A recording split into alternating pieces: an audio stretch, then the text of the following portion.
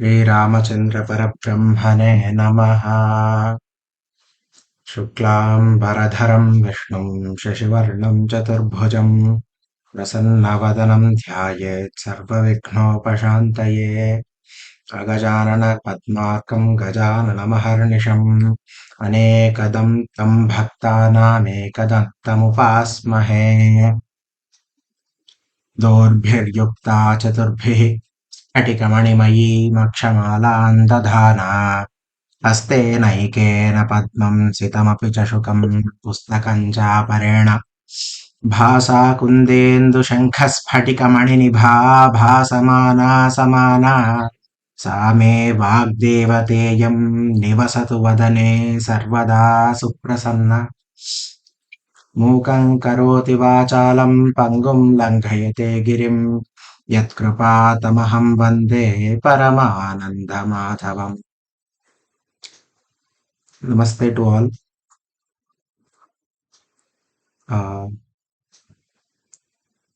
Okay, we'll start with doing the Parayana. That is, we'll read the shlokas that we have discussed till now, and then we will move on with the next shlokas. If one of you is willing to read them, you can read them too.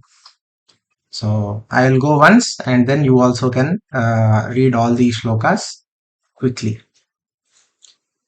ॐ तपस्वाध्यायनिरतं तपस्वी वाग्विदां वरं नारदं परिपप्रच्छ वाल्मीकिर्मुनिपुङ्गवम् कोऽन्वस्मिन् साम्प्रतं लोके गुणवान् कश्च वीर्यवान् धर्मज्ञश्च कृतज्ञश्च सत्यवाक्यो दृढव्रतः चारित्रेण च को युक्तः सर्वभूतेषु को हितः विद्वान् कः समर्थश्च कश्चैकप्रियदर्शनः आत्मवान् को जितक्रोधो द्युतिमान् को न सूयकः कस्य बिभ्यति देवाश्च जातरोषस्य संयुगे एतदिच्छाम्यहं श्रोतुं परं कौतूहलं हि मे महर्षे त्वं समर्थोऽसि ज्ञातुमेवं विधं नरम् श्रुत्वा चैतत्त्रिलोकज्ञो वाल्मीकेर्नारदो वचः श्रूयतामिति चामन्त्र्य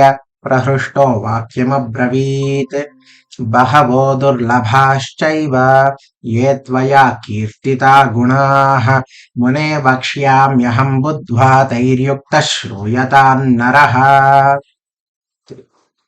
Does anybody else also want to quickly read these 7 shlokas?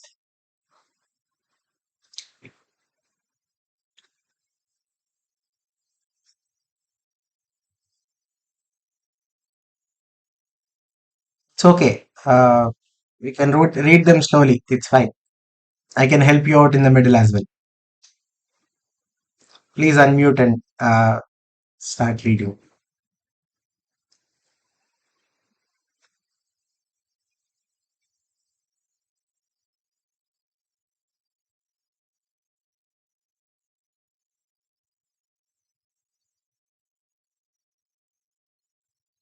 Okay. I'll do it again then.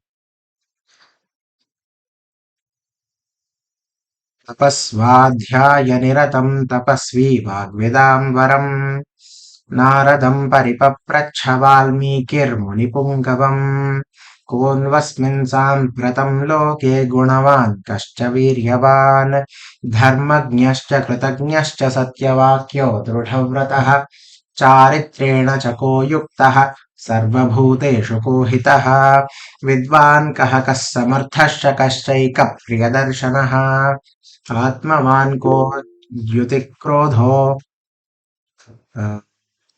आत्मवान् को जितक्रोधो द्युतिमान् को न सूयकः कस्य बिभ्यति देवाश्च जातरोषस्य संयुगे एतदिच्छाम्यहं श्रोतुं परं कौतूहलं हि मे महर्षे त्वं समर्थोऽसि ज्ञातुमेवं विधन्नरम् श्रुत्वा चैतत्त्रिलोकज्ञो वाल्मीकेर्नारदो वचः श्रूयतामिति चामन्त्र्य प्रहृष्टो वाक्यमब्रवीत् बहवो दुर्लभाश्चैव ये त्वया कीर्तिता गुणाः मुने वक्ष्याम्यहं बुद्ध्वा तैर्युक्तः श्रूयतान्नरः. So with that, okay, there is a pata bheda. It could be buddhva or it could also be buddhya. Astu. We will read the next shloka. One of you can unmute and you can follow along with me. Is somebody ready? Yes. Okay. Ikshvakuvam. Oh, this is also done, right? We did this shloka as Yes. Yes. Yes. Ikshvakuvam Shaprabhavo Ramo Namajanai Shrutaha Niyatatma Mahaviryo Dyutiman Thrutiman Vashi. I'll read it once more. इक्ष्वाकुवंशप्रभवो रामो नामजनैः श्रुतः नियतात्मा महावीर्यो द्युतिमान् धृतिमान् वशी. Okay. I hope as we are reading these shlokas, you are also able to recollect the meanings of them and are able to follow along the story how it is going forward. Yes, sir. Okay. I'll read the next shloka. Buddhiman nitiman vagmi बुद्धिमान् नीतिमान् वाग्मी श्रीमान् शत्रुनिबर्हणः श्रीमान् शत्रुनिबर्हणः विपुलांसो महाबाहुः विपुलांसो महाबाहुः कम्बुग्रीवो महाहनुः. कम्बुग्रीवो महाहनुः. Thank you very much, ma'am. Is anybody else also ready to read it once more?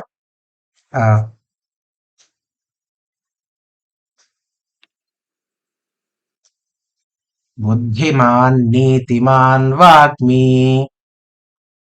Somebody there? Yeah, Buddhiman Niti Va. Okay, can you just say? Yes. Buddhiman nitiman vagmi. Buddhiman Nitiman Vagami.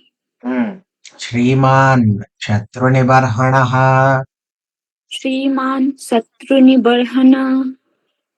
हणः Shatrunibarhana. विपुलांसो महाबाहुः Vipulamso Mahabahuhu. कम्बुग्रीवो महाहनुः. Kambu Grivo Mahahanu. Thank you very much, ma'am. Thank you. Okay. Again, Buddhiman is very simple to understand. He is Buddhiman, the one who has Buddhi. Buddhiman.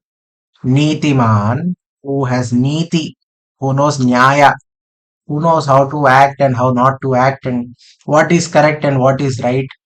So, generally, Niti refers to right and wrong in the transactional sense. Transactional in the sense of Vyavaharika is what I think. Nitiman Vagmi. Vagmi means, I think it is related to Vak. Vagmi means somebody who is good at talking. Let's see. Vagmi. Vagmi. Eloquent. Iti. Speaking well, etc. Vagmi. Shriman. Shriman means one who has Shri. Shri yasya asti saha Shriman.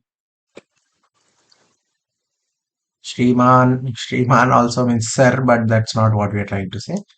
Shriman, well disposed iti. Api asti. Oh, Shrimanaha. Okay. Let's see what this person has to say. Here, this translation has to say. Shriman, propitious one. What is propitious one? Interesting. It means a good chance of success, favorability. I see. Shriman, Shatru Nibarhanaha. Nibarhanaha. Shatru Nibarhanaha. Nibarhanaha ityukte destroyer iti. Shatru Nibarhanaha ityukte the one who destroys Shatrus. Let's check that quickly. Nibarhana, annihilation, destruction iti.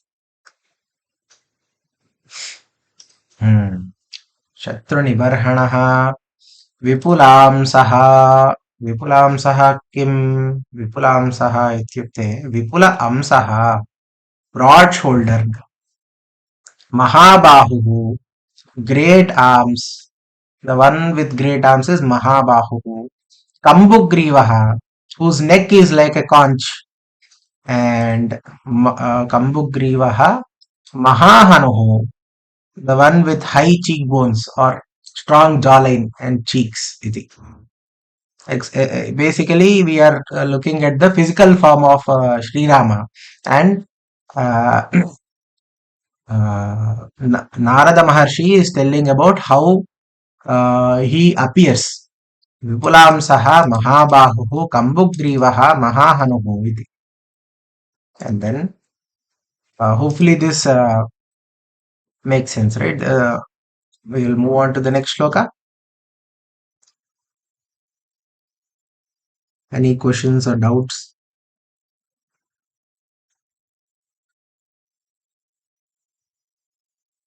No? So feel free to unmute yourself and talk. This is Okay. I yes. think it might not be related to exactly the sentence formation. Also, here it's saying that Ramji has like a stronger cheek bone, like jawline, and but generally we see photo like with a rounded, Yes, like a kind of a round face. they make him look like an adolescent or what is it called? Much more younger kind of thing. That's what they make him look like. But we know that when he went into Aranyavasa, he had beard and everything. But that is never how it is shown in depictions. Yeah. But that is just depictions. Okay. Yeah. Kambugrivo Mahahanuhu. So again, बुद्धिमान नीतिमान वाग्मी श्रीमान शत्रुनिबर्हणः विपुलांसो महाबाहुः कम्बुग्रीवो महाहनुः. And then we'll go to the next shloka. Is somebody else also ready to read the next shloka? Please feel free.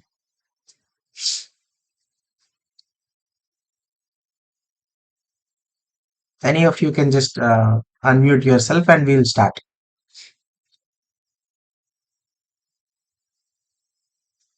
I'll try. Okay. Okay. Mahorasko Maheshvaso महोरस्को महेश्वासो गूढजत्रुररिन्दमः गूढजत्रुररिन्दमः आजानुबाहुः सुशिराः आजानुबाहुः सुशिराः सुललाटः सुविक्रमः. सुललाटः सुविक्रमः. Thank you very much. Anybody else can also unmute themselves. We'll again read the same shlokam. Ready? Anybody is ready? You're using a lot of time doing this.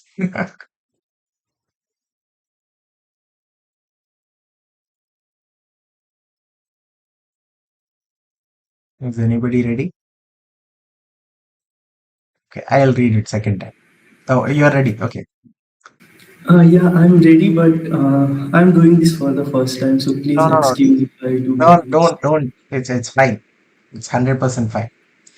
So we are saying Mahorasko Mahorasko Maheshvaso Maheshvaso Gudhajatrur Arindamaha Gurajatrun Arindamaha Ajanubahuhu Ajanubahu Sushiraha Shusiraha Sulalataha Suvikramaha.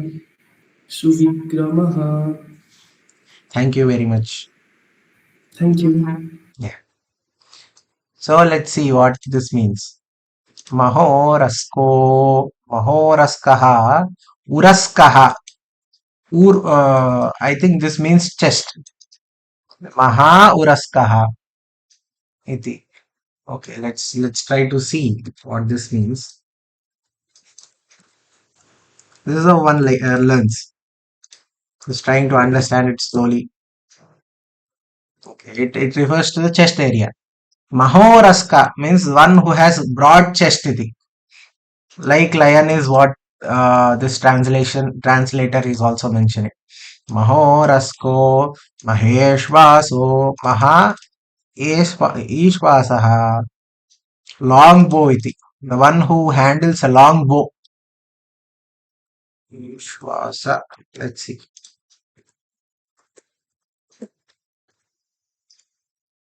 Ishvasa is Ishvasa.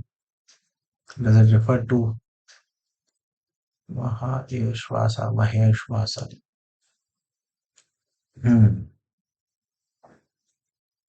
Okay. Let's take this translation for now. Maheshvasaha means the one with a long bow. Gudha Jatruhu, concealed collarbones.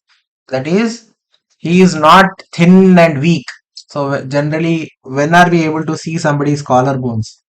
When they are malnourished, etc., or they are very thin, then only we are able to see the collarbones. So he is saying Gudha Jatruhu. Gudha means hidden. Gudha Jatruhu. So he has lot of muscle and he is muscular and he is not weak and what is it called? Like showing his bones. Arindamaha means Ari means Shatru and Damaha means the one who subjugates them. That's what. Arindamaha. Ajanubahu. Janu means knees. Bahu means hands. The hands that are up to the knees. The one whose hands are long and almost up to the knees. Iti. Ajanubahu. This A is saying up to. This in Samskrita, this A says up to or till. So this is what we are saying. Sushiraha. Sushiraha. He has nice head. Iti. Shiraha ityukte head. Sushiraha. Sulalataha. He has a very, very nice ample forehead. Suvikramaha. He paces or he walks like a lion. Iti dattam. This is what is given. Suvikramaha. The one who walks forward very, very beautifully, whose gait is nice. Iti. Suvikramaha. Is somebody else ready to read the next shloka?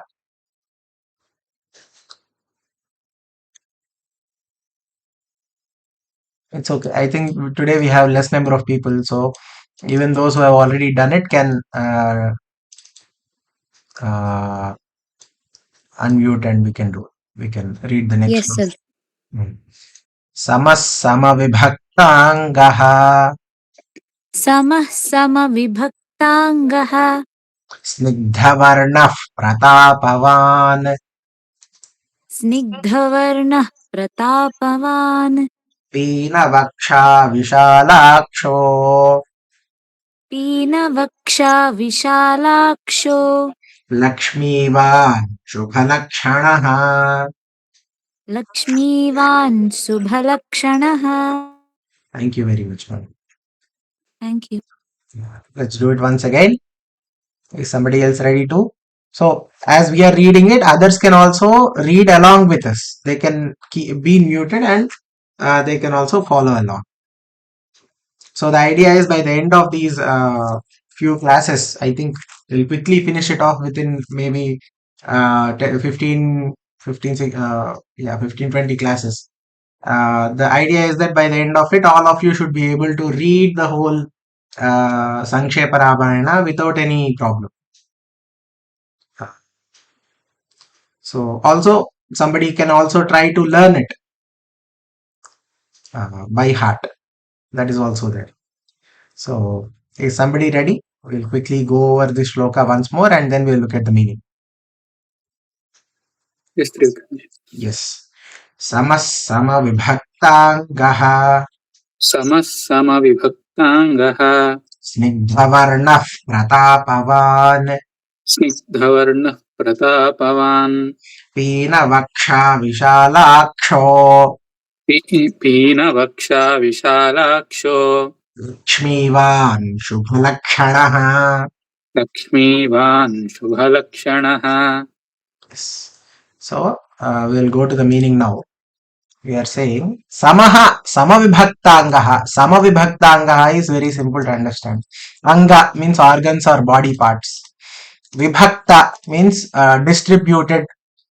Samavibhakta Angaha, one who is symmetrically, like whose body is divided symmetrically. Samavibhakta Angaha Samaha. Samaha ityukte medium sized it dattam physically, but it need not, it could refer to medium size as well, but somebody who sees everything as sama, in the sense that in whose eyes everything is equivalent. Samaha samavibhaktangaha snigdhavarnaha. Snigdhaha means, I think, light soft is given, glossy is given. Let's check that. I think it is white. This is what I have heard. Snigdha means white.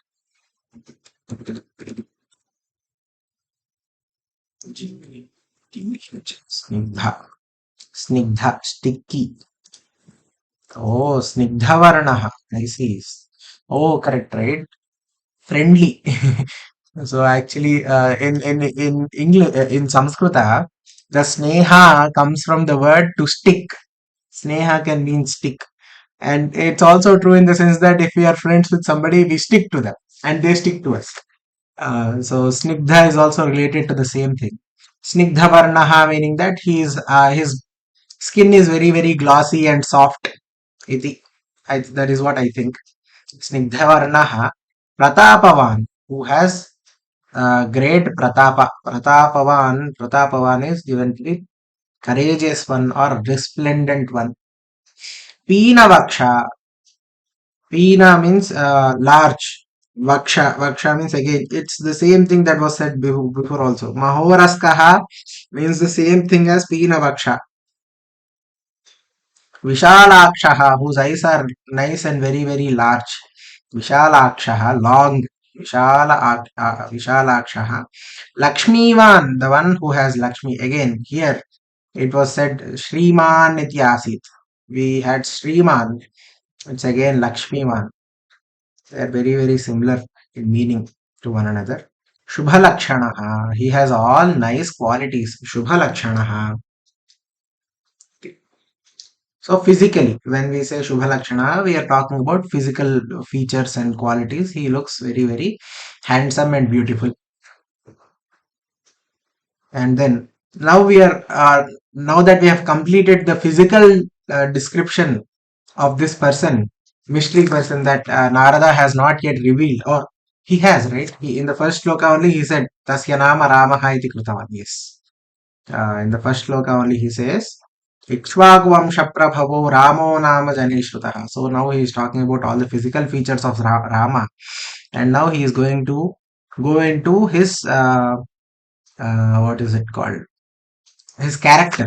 He'll go into all the different things he is great at. Is somebody else ready to read the next shloka?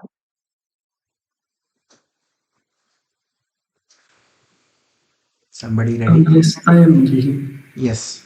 Dharmagnaha satyasandhascha Dharmagnaha satya sandascha janam cha hite rataha prajana cha hiterataha yashasvi jnana sampannaha yashasvi jnana sampannaha शुचिर्वश्यः समाधिमान्. शुचिर्वश्य वशयः samadhiman. Thank you very much, sir. Thank you. Is somebody else also ready to quickly do this shloka once again? Okay.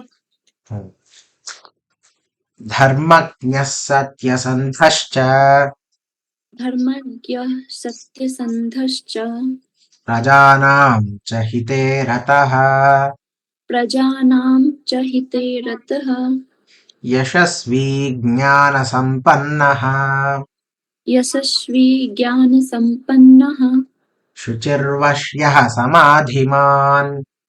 शुचिर्वश्य समाधिमान्. Thank you very much, ma'am. Thank- Yeah. And now we can see Dharmajnaha, the one who is Jnata of Dharma, the one who knows Dharma in all situations and all times. Dharmajnaha. Satyasandhaha, who is always Sandhaha means Sandha means let's see. Satyasandha, truth bidden. Iti dattam. Let's see. Sandha. Sandha. Reference of Sandha. Sandha. Sandha.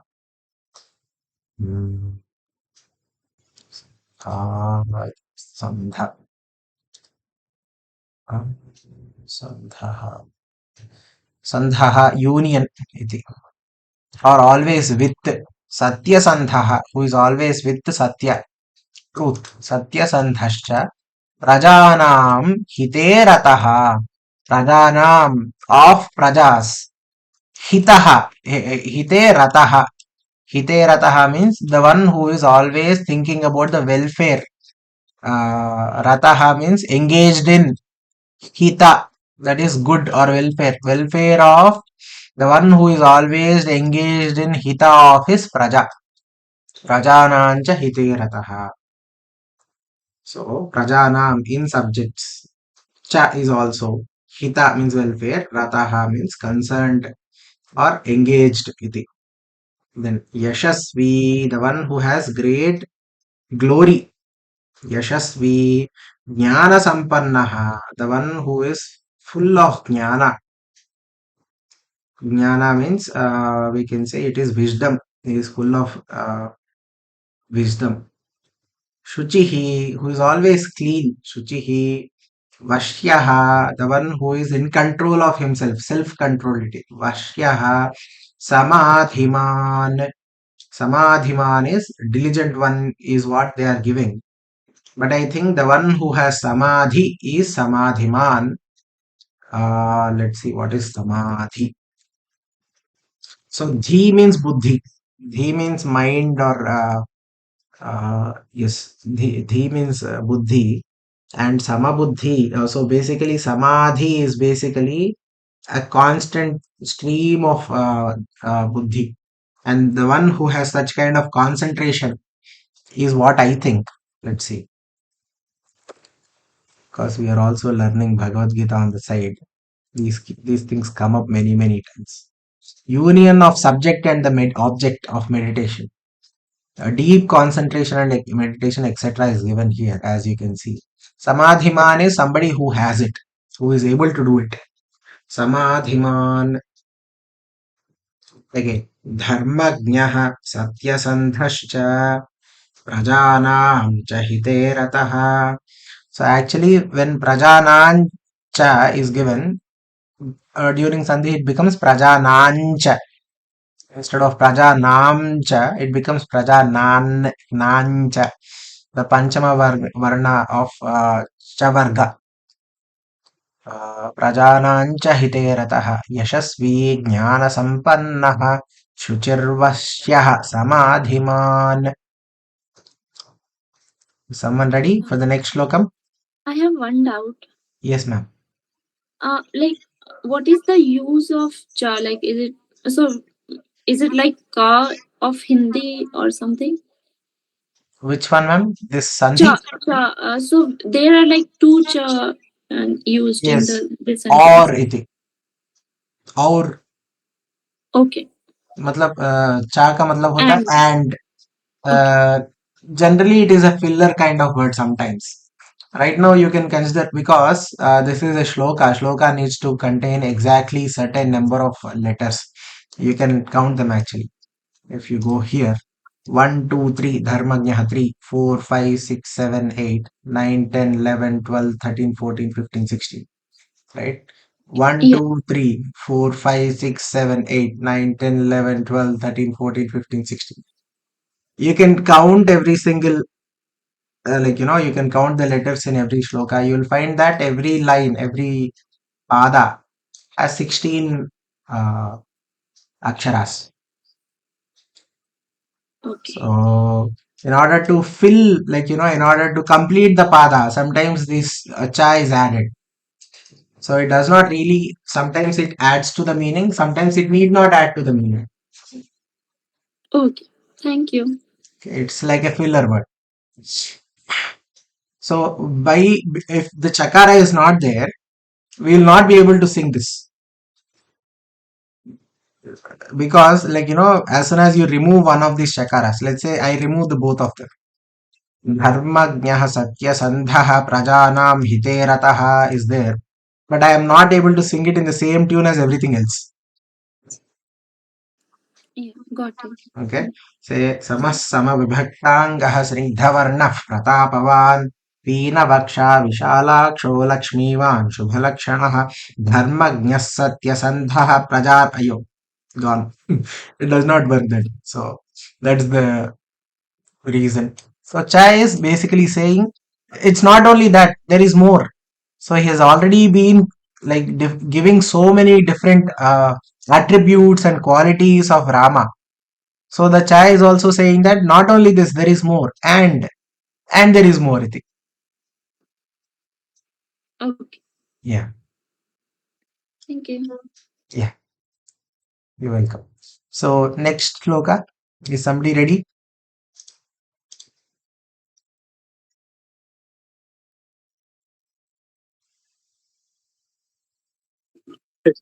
Yes. Prajapati Samashriman प्रजापतिः समः श्रीमान् Dhata Ripunishodanaha धाता रिपुनिषूदनः Rakshita Jivalokasya रक्षिता जीवलोकस्य Dharmasya Parirakshita. धर्मस्य परिरक्षिता. Thank you. Is somebody also ready? Quickly, let's go.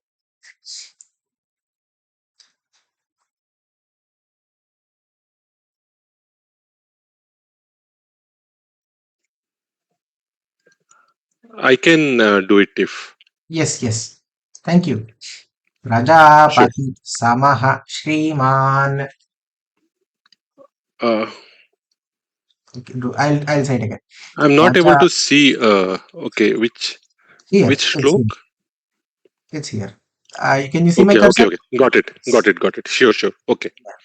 Prajapati Samashriman Prajapati Samah Shriman Dhatari Punishudanaha Dhata Ripuni Shudanaha Rakshita Jivalokasya Rakshita Jivalokasya Dharmasya Parirakshita.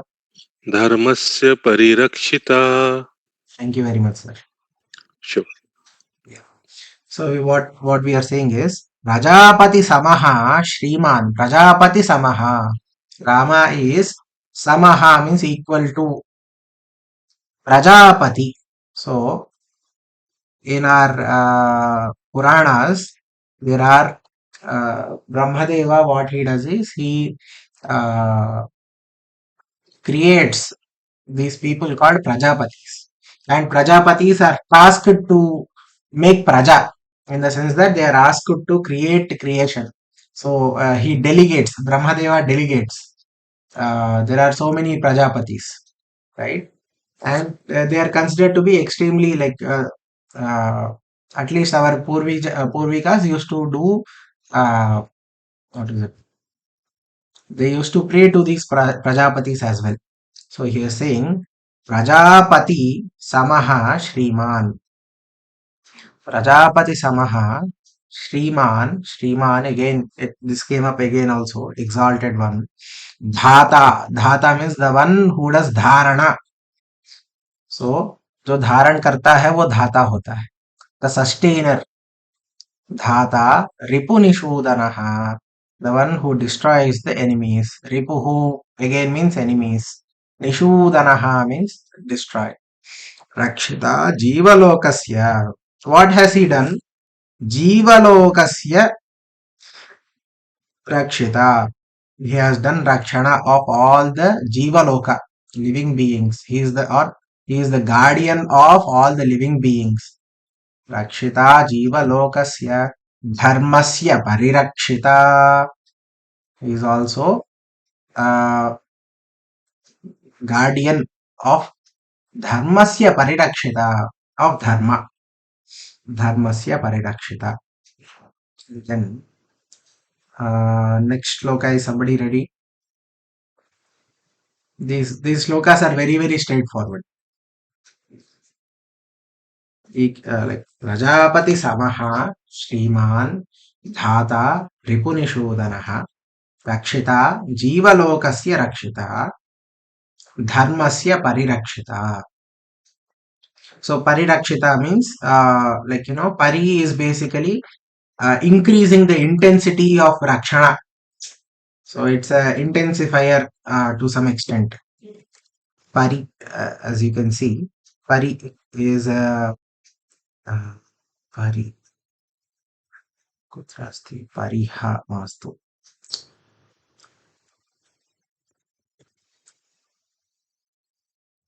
Pari. Pariksha. Okay. I think we'll have to search for Upasarga. Upasarga is a prefix.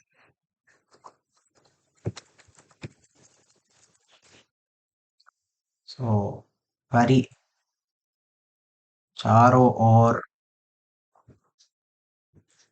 आसपास, पूर्ण, अच्छी तरह से, विपरीत,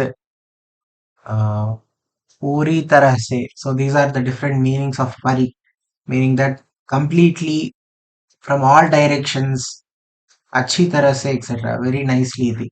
So Parirakshita, the one who has done Rakshana of Dharma very, very nicely, or who does Rakshana of Dharma very nicely. Parirakshita. Dharmasya Parirakshita. Is somebody ready for the next shloka? Yes, sir. Yes. Rakshita swasya dharmasya Rakshita swasya dharmasya svajanasya cha rakshita svajanasya cha rakshita Veda Vedangatatvagno Veda Vedangatatvagno Dhanurvede cha nishtitaha. Dhanurvede cha nishtitaha. Thank you, ma'am. Thank you. Yeah. If somebody else is also ready, we'll quickly read this again. Yeah. Rakshita swasya dharmasya Rakshita savasya dharmasya svajanasya cha rakshita. savajanasya sarakshita Can you say that again? Svajanasya cha rakshita.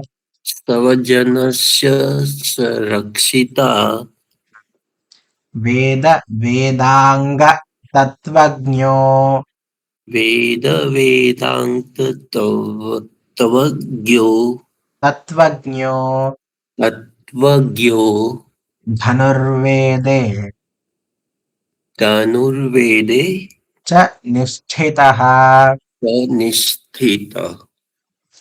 Thank you, sir. Yeah. So let's quickly look at the meaning. Rakshita swasya dharmasya rakshita. Not only did he save the dharma of all the jiva lokas of dharma itself, he is saying he has done swasya dharmasya rakshita. He has also done rakshana of his own dharma. रक्षिता स्वस्य धर्मस्य, स्वयं का धर्म को भी उन्होंने रक्षण किया है. स्वजनस्य च रक्षिता, जो all his people. Swajana means all those people who are his iti. So if we think of ourselves to be his people, then of course he is the one who will do the rakshana of our dharma. Swajanasya cha rakshita, his people. He has done welfare or rakshana of his people. Rakshita. Veda, Vedanga, Tattvajnaha. Tattvajnaha. Tattva means what is the ultimate essence of Veda and all the Vedangas. Vedangas means parts of Vedas. Veda, Vedanga, Tattvajnaha. Dhanurvede cha nishtitaha. Not only does he know the tattva or the essence of Vedas and Veda and Vedanga, he is also Dhanurvede nishtitaha. Nishtitaha means he is Tattvajnaha. Dhanurvede, in the science of Dhanurveda, in the archery, Nishtitaha is an expert. Dhanurvede cha Nishtitaha. Iti. Dhanurvede cha Nishtitaha. Somebody else ready for the next shloka? Sir, I have a question. Yes. Like in the previous sloka, there is the mention of dharma, and then in this particular and the present sloka, there is swadharma. So, like, what's the difference between dharma and his dharma? Okay. Dharma and Swadharma. This is what I have heard from my elders. The main difference between Dharma and Swadharma is Swadharma, like it is the extra dharma one takes upon oneself. Dharma, like there is the common dharma where everybody has to follow. For example, everybody should say truth. You should not steal anything, etc. These are normal dharmas. These are dharmas for everybody. And then suppose say that I am a student. Because I am a student, I have accepted this role as a student. My swadharma will be also to study. Okay. Right? Once I join PhD, my swadharma will also be to read these papers and think about new things and write papers, do science, etc. So swadharma is like it is the dharma one takes upon oneself. Okay, understood, sir. Thank you. Yeah, that is the main difference. Okay. Is anybody ready to read the next slokam?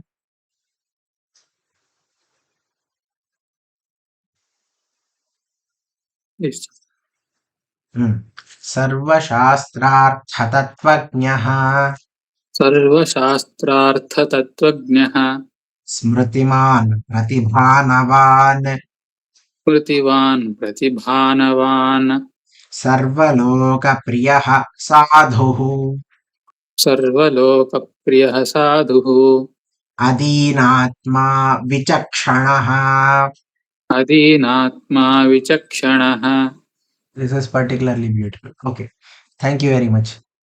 Is somebody else also ready?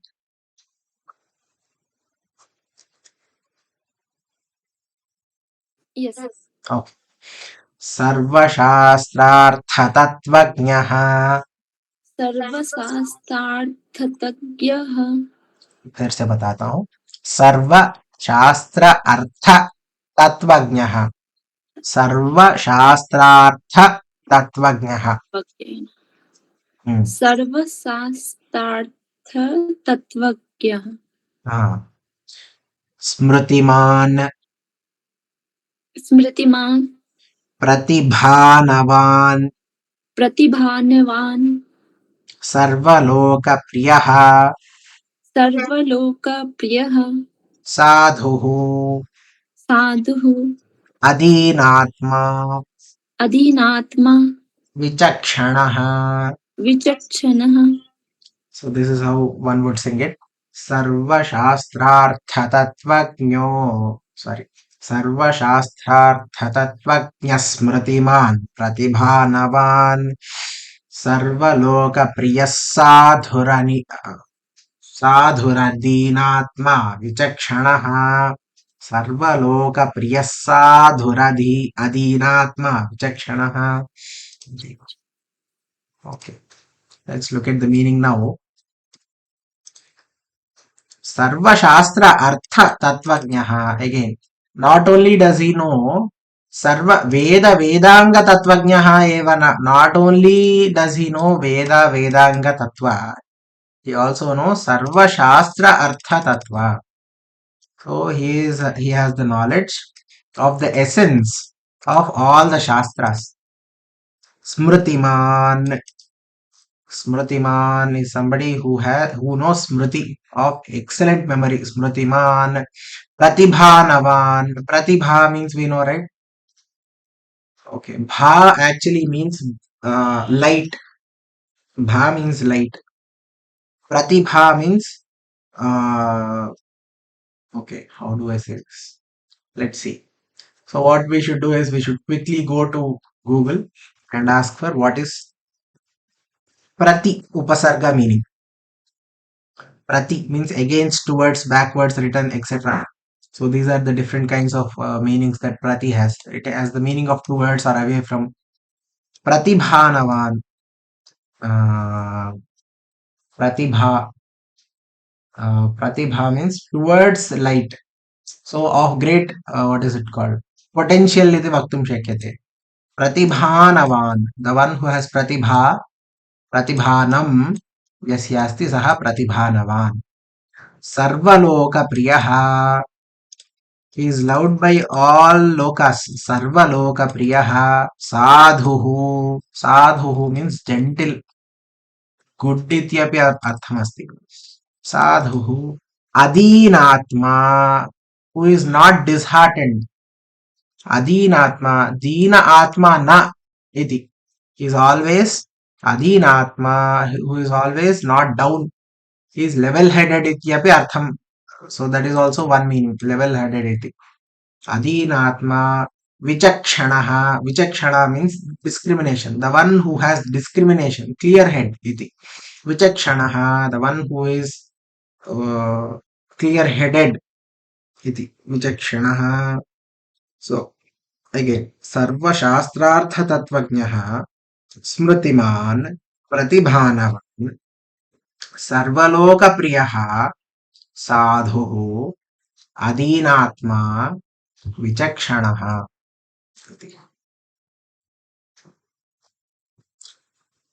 Any comments? So this Adinatma. So the idea is this: as we keep on every single day, we do meditation of Rama. And the principle of meditation is that as you keep on meditating on something, you become that thing eventually, or your mind becomes that. So keep meditating on Rama, and you'll gain these qualities that Rama has. Maybe not fully, but to some extent. Adinatma Vichakshanaha. Is somebody else ready for the next shloka?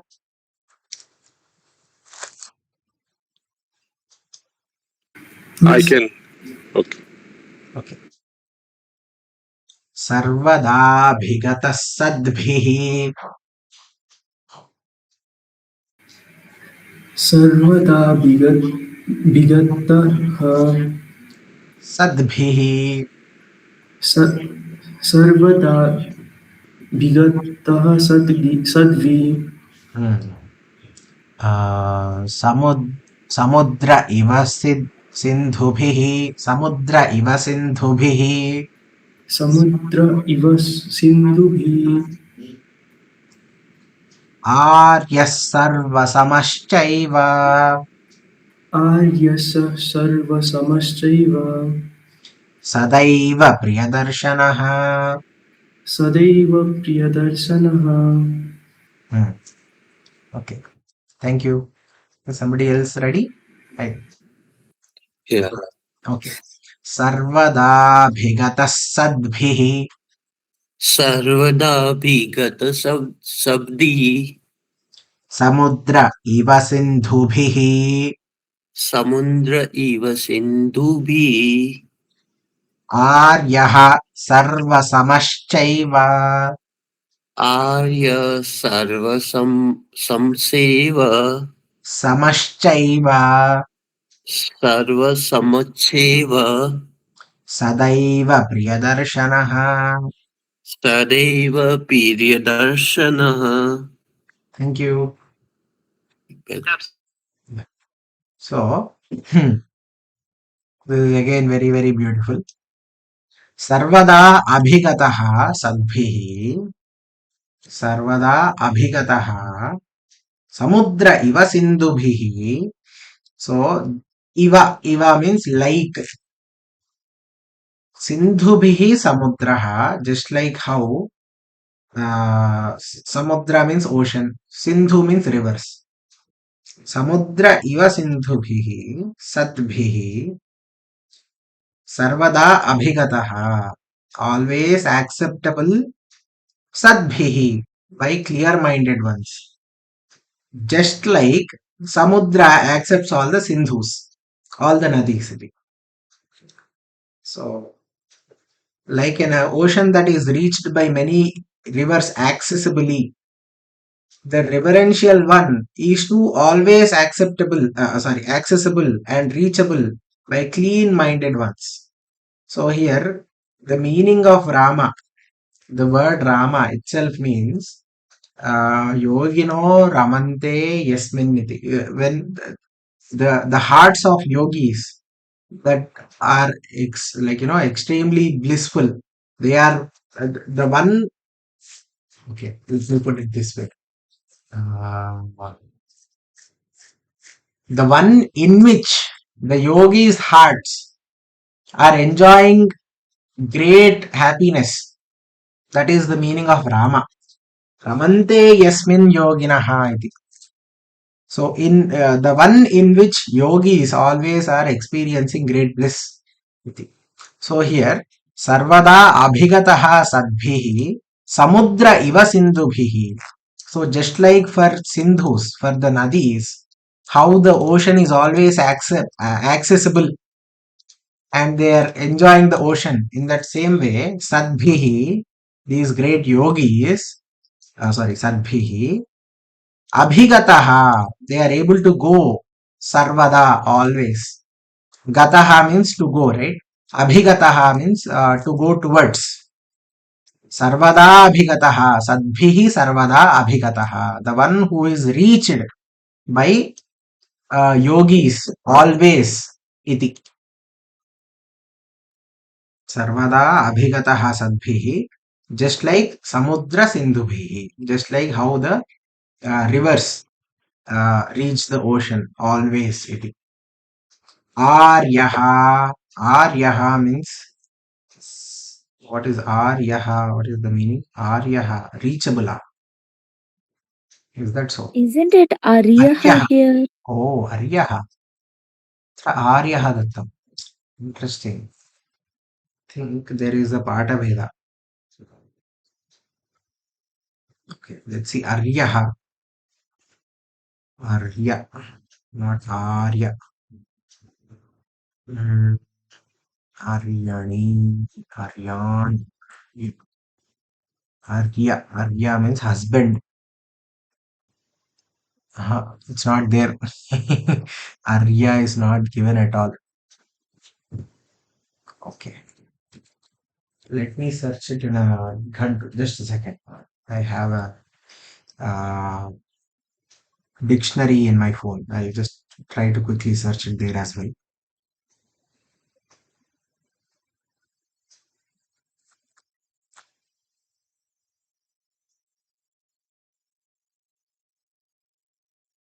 Yeah, Arya means Uravya. Uravya, Uruja, Arya,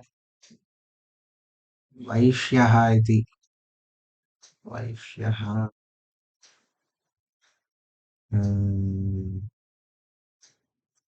Does not fit here. Okay. I think it is Arya only, as far as I have seen. As this can be trusted. Aryaha. Aryaha means we already know what Arya is. Arya is somebody who is civilized, I think, who is of great character. Aryaha. Aryaha. Let's see.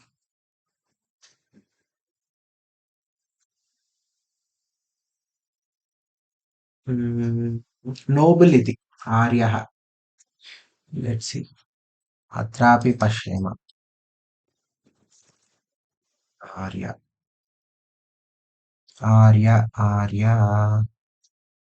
Right view. It's not given. Fine. Arya is somebody who is noble. That's what I think. Sarva Samaha Is cha this same Arya that we understand by the Aryan people who migrated India? Is this the same concept or is it different? Aryan people migrated to India. Okay. I think it's different. It's like written long Arya. back. So actually, this Arya word is very like it's a Sanskrita word which refers to all those people that live inside. The Vedic people are generally referred to as Aryans. And when somebody says Anarya, Anarya is referring to the barbarians that live outside these lands. They were looters, etc. So Arya is somebody generally meant to mean civilized. Yeah, I mean noble mind, honorable means who were Yes. Yes. Aryah sarvasamaha cha eva sarvasamashchaiva iti dattam. If you see here, sarvasamashchaiva, that is sarvasamaha cha eva iti. So sarvasamaha, he always treats everybody equally. Sarvasamaha cha eva, also sadaiva priyadarshanaha, sada eva, he is always priyadarshanaha, very lovely to or pleasant to look at. We always want to look at Rama. We do not want to look anywhere else. Sadaiva priyadarshanaha. We'll do one more shloka quickly and stop the class for today. Is somebody ready? Yes, sir. Sacha sarva gunopetaha स च सर्वगुणोपेतः kaushalya nandavardhanaha. कौशल्यानन्दवर्धनः. I am sorry, it should be Kausalya Nandavardhanaha. Sakara, it's not Sha. Okay. Hmm. कौसल्यानन्दवर्धनः. Samudra iva gambhirye समुद्र इव गाम्भीर्ये dhairyena himavaniva. धैर्येण हिमवानिव. Thank you, ma'am. Is somebody ready? We'll do this again. Yes. Okay.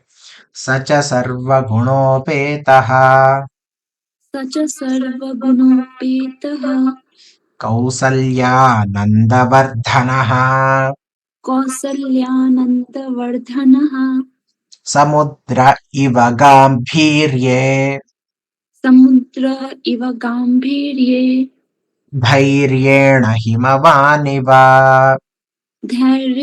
Dharyen himavaniva Dhairyena Dharyen na. Dharyen himavaniva Haryana iti vat dhairyena. Dharyena Himavaniva. himavaniva. This is again very, very nice. Let's look at the meaning. Sacha saha iti. Sacha ityukte saha cha sarvagunopetaha. Sarvagunopetaha, the one who has all these wonderful qualities. Sarvagunopetaha. Kausalya Anandavardhanaha, the one who increases the Ananda of Kausalya Devi, his mother. Iti. Kausalya Anandavardhanaha, Kausalyanandavardhanaha, Samudra Iva Gambhirye. He is like Samudra in Gambhiratva. So when he is Gambhira, Gambhira means what is it called? How do we say it? Gambhira is profound Calm. beauty. Gambhirya iti dattam. So Gambhirya is referring to Gambhiratva. Gambhira.